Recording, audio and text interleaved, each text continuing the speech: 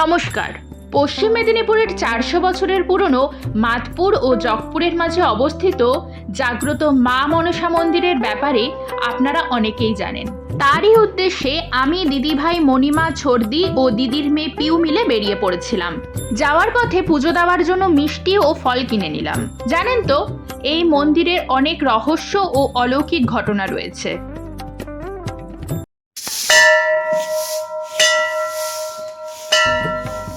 এখানে আপনারা দেখতেই পাচ্ছেন কোনো মূর্তি পুজো নয়, কংক্রিট দিয়ে বাঁধানো ওই ঢিবিতেই মায়ের পুজো হয়।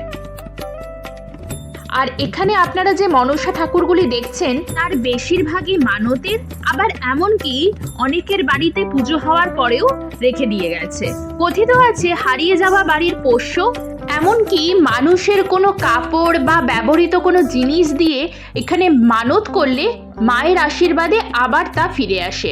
এই যে উইঢিবিগুলো দেখছেন, এত এত লোকের অর্পণ করা কুইন্টাল কুইন্টাল দুধ কোথায় যায় তা সকলের অজানা।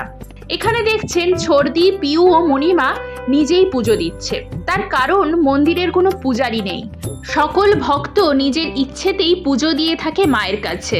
শোনা যায় মন্দিরের বিশেষ বিশেষ দিনগুলিতে যাত্রীবাহী ট্রেনগুলি সকলের অজান্তেই থেমে যায় এই মন্দিরের সামনে, আর বাদবাকি দিনগুলিতে মন্দিরের সামনে আসলেই ট্রেনগুলি অটোমেটিকভাবে স্লো হয়ে যায়। আচ্ছা, আপনারা একটা জিনিস নিশ্চয়ই লক্ষ্য করেছেন যে এই মন্দিরের কোনো ছাদ নেই। কথিত আছে যতবারই ছাদ দেওয়ার চেষ্টা করা হয়েছে ততবারই ভেঙে পড়েছে বা কোনো না কোনো রকমের অসুবিধার সৃষ্টি হয়েছে।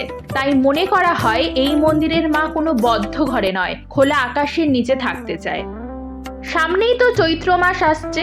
জানেন তো, এই সময় এখানে খুব বড় মেলা বসে। নতুন করে মন্দিরকে সাজিয়ে তোলা হয়, যার প্রিপারেশন এখন থেকেই শুরু হয়ে গেছে। আপনারা যদি মঙ্গল বা শনিবার এই মন্দিরে যান তাহলে এত ফাঁকায় আপনারা পুজো দিতে পারবেন না। তাই আমরা এই দুটি দিন ছাড়াই গেছিলাম। এখানে আপনারা পুজোর সামগ্রী কেনার প্রচুর দোকানও পেয়ে যাবেন।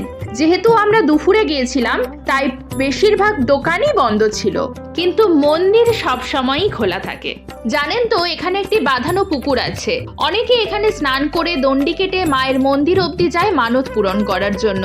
আবার অনেকেই যে কোনো শুভ অনুষ্ঠানের জন্য এই পবিত্র জলে স্নান করতেও আসেন। এখানে আপনারা তা দেখতেই পেলেন। মায়ের পুজো তো দেওয়া হলো, এরপরে একটু পেট পুজো করা যাক। হ্যাঁ, সকলের উদ্দেশ্যে জানিয়ে রাখি এটি কিন্তু সম্পূর্ণ নিরামিষ ছিল। চলুন তাহলে পেট পুজো করতে করতে আজকের ভিডিওটি এখানেই শেষ করি। টাটা।